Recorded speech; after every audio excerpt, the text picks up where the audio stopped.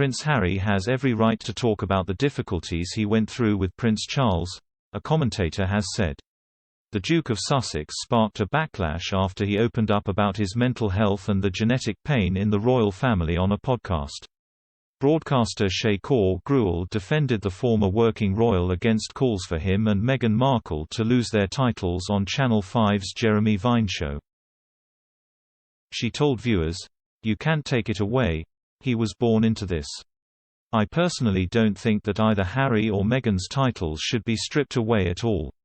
H's talking about his childhood, irregardless of the fact that he is in the public eye or that his family have been. At the end of the day, he has every right to talk about the traumas, the difficulties he went through." Ms. Grewal continued. The fact that he had to live out one of the hardest times of his life, losing his mother Princess Diana, the way that he did so publicly. And his father himself has referred to the difficult times in childhood. Has talked about being unhappy in school. So this is simply someone trying to be the best parent they can possibly be for his son, Archie, and his unborn daughter. Charles' own relationship and unresolved issues with the Queen and Prince Philip were written about by Jonathan Dimbleby, who received authorization and approval from the Prince of Wales himself. Mr. Dimbleby wrote about the future king's parents both being emotionally distant from Charles as he grew up.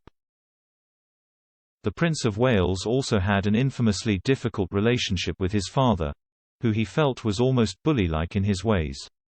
Harry acknowledged this during his appearance on the Armchair Expert podcast.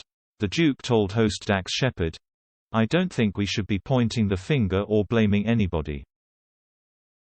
But certainly when it comes to parenting, if I've experienced some form of pain or suffering because of the pain or suffering that perhaps my father or my parents had suffered, I'm going to make sure I break that cycle so that I don't pass it on.